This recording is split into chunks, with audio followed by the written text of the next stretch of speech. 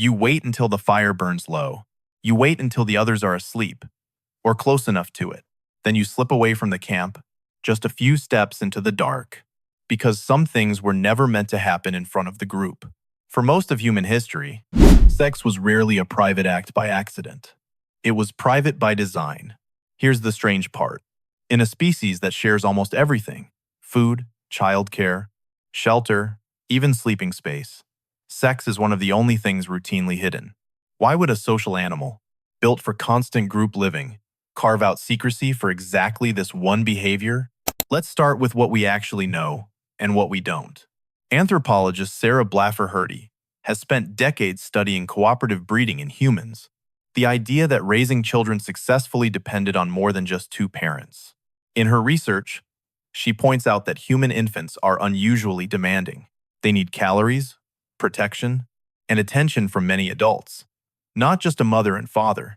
That single fact changes everything about how we think about ancient relationships. If survival depended on a whole network of cooperation, then jealousy, tension, and conflict over who was sleeping with whom could tear that network apart. This is where privacy stops looking like modesty and starts looking like strategy. Researcher Helen Fisher, whose work focuses on the evolution of human pair bonding, has argued that humans likely evolved a mix of mating strategies rather than one fixed pattern. Some relationships looked long-term and exclusive. Others didn't. The evidence here is thinner than the popular version suggests, and Fisher herself has been careful not to claim a single natural human mating system.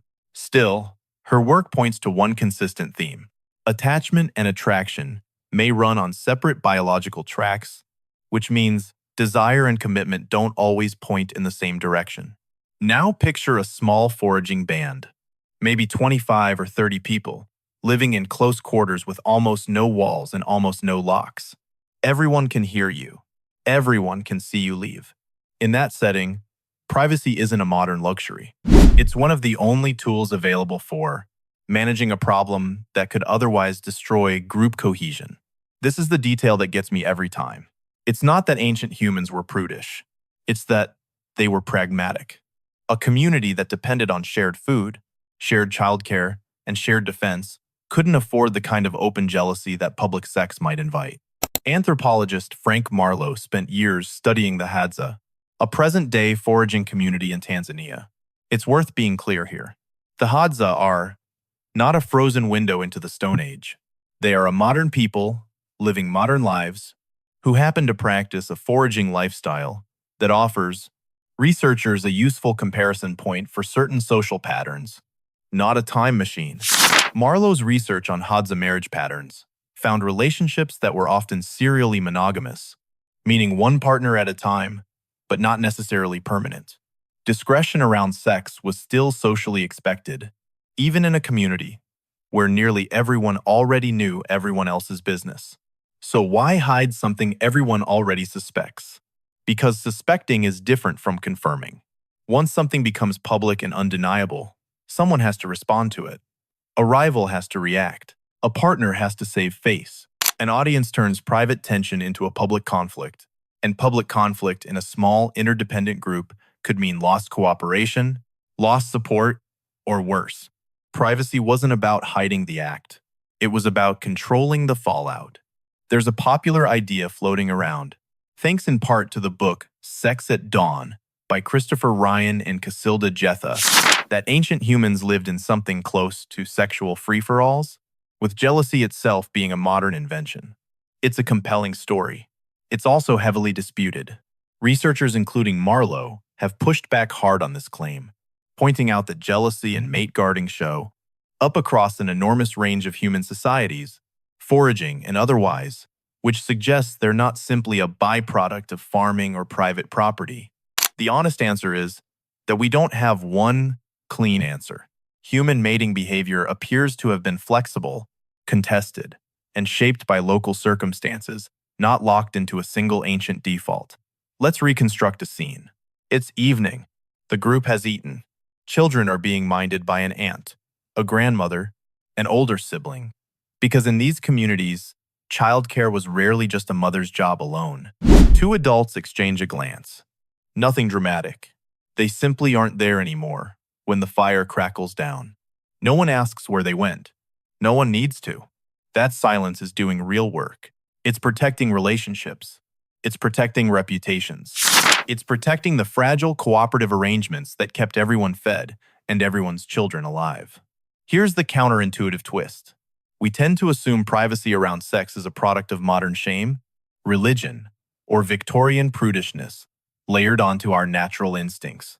But cross-cultural anthropological surveys, including work compiled by researchers studying small-scale societies around the world, consistently find some form of sexual privacy norm, even in cultures with far more permissive attitudes toward premarital or extramarital sex than many modern Western societies. That consistency suggests something older and more functional than shame. It suggests a solution to a very old social math problem. How do you allow desire to exist in a group that depends entirely on trust? There's a physical layer to this too. Human sexual anatomy itself carries some clues, though researchers are still split on exactly what they mean. Some evolutionary biologists have pointed to concealed ovulation in human females, meaning there's no obvious external sign of fertility, the way there is in many other primates, as a trait that may have shaped mating and pair bonding behavior. Others argue the evidence for concealed ovulation actually driving monogamy is weaker than it's often presented in pop science. Either way, it's a reminder that human reproduction has never been simple, obvious, or fully public, even at the biological level. Compare that to our closest relatives. Chimpanzees mate fairly openly within their groups, often with visible competition among males. Bonobos use sex constantly and publicly, almost as a social glue, to diffuse tension.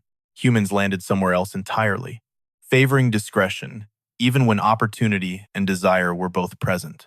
That's not a small evolutionary detail. It suggests our species solved the tension between individual desire and group survival with something other than either open competition or open indulgence. We solved it, at least in part, with discretion. There's another piece of this worth sitting with. Anthropologist Polly Wiesner spent decades studying the Jew, Hoansi of the Kalahari, and her work on their evening conversations found something surprising. A huge share of nighttime talk around the fire wasn't about hunting or resources. It was social, often playful, sometimes pointed, and constantly tracking who was doing what, with whom. Gossip, in other words, wasn't idle chatter. It was a running audit of everyone's behavior. And here's the twist. In a community where information travels that fast and that thoroughly, secrecy doesn't need walls to work. It just needs enough ambiguity that nobody has to act on what they already suspect. Think about what that means for privacy. You don't need a locked door if the group has agreed, silently, not to look too closely. Several ethnographers working across small-scale societies, from parts of the Amazon to the Kalahari to Arctic communities, have documented similar patterns. Sex happening away from camp, at night, or simply during moments when adults were expected to give each other space. The details differ. The underlying logic doesn't. Publique confirmation force à réponse. Private ambiguity lets a group keep functioning. Some researchers, including psychologists Martin Daly and Margot Wilson, have studied mate guarding and jealousy across cultures and found these responses showing up almost everywhere humans have been studied, foragers included. That's an important corrective to the idea that jealousy is simply a byproduct of farming, private property, or modern religion. At the same time, it's worth saying plainly that evolutionary explanations for jealousy have sometimes been used to justify oversimplified stories about fixed gender roles, the kind of just-so storytelling that current research pushes back against. The safer claim is narrower. Something like mate guarding shows up broadly across human societies. But exactly why, and how strongly, still varies enormously by culture, economy, and individual relationship. There's also a quieter kind of evidence. Harder to pin down, but worth mentioning honestly. Some archaeologists studying the layout of Upper Paleolithic and later prehistoric dwellings have noted divisions within shared living spaces, separate hearths, partitioned sleeping areas, small screened-off corners. It's tempting to read these as evidence of deliberate privacy for intimacy. Researchers are genuinely cautious here, because a partition could just as easily mean storage, warmth retention, or keeping children near a particular adult. This is one of those cases where the physical record hints at something without confirming it, and an honest telling has to admit that gap rather than paper over it with a tidy story. Marriage customs add one more layer. In many documented societies, from parts of Melanesia to sub-Saharan Africa to indigenous communities in the Americas, anthropologists have recorded formal avoidance customs, rules that keep certain in-laws from speaking directly, looking at each other, or even being in the same room. These customs aren't really about intimacy at all. They're about managing tension between families joined by marriage. But they reveal the same underlying instinct running through all of this. Humans have long built social rules specifically to keep desire, jealousy, and reputation from colliding in public. None of this means ancient humans were secretly puritanical or that desire was suppressed. Sexuality was very much a normal part of daily and social life, discussed, joked about, and acknowledged in most documented foraging in small-scale societies. What was managed carefully wasn't the existence of desire, it was its visibility. It's also worth saying what this isn't. This isn't a story about ancient humans being more innocent than us, or more free, or somehow uncorrupted by modern hang-ups. That's its own kind of myth, a flattering one, but a myth all the same. The evidence points somewhere less romantic and more interesting. Every documented human society, whatever its rules about who could sleep with whom, seems to have drawn some line between what happens and what gets acknowledged out loud. The line moves. It never disappears. And the stakes of getting that line wrong weren't small. In a group of 30 people, depending on shared meat, shared childcare, and shared defense against predators and rival groups, a serious rupture over jealousy wasn't just awkward. It could mean a hunting partnership dissolving, an alliance breaking, a family pulling its support at exactly the moment someone needed it. Discretion, in that light, wasn't timidity. It was insurance. So here's the modern mirror, and I want to be careful with it, because the parallel isn't perfect. You still, in a fully modern world, keep your relationships private in ways that have nothing to do with prehistoric survival math. You still close the door. You still lower your voice. You still manage exactly who finds out what and when. Maybe that instinct isn't shame at all. Maybe it's an old, quiet piece of social software, something that helped a small group of interdependent humans survive long enough to raise the next generation, still running, mostly without your notice, tens of thousands of years later. You wait until the fire burns low, not because anyone told you to, because somewhere, deep in the architecture of a highly social species, waiting was always the safer move.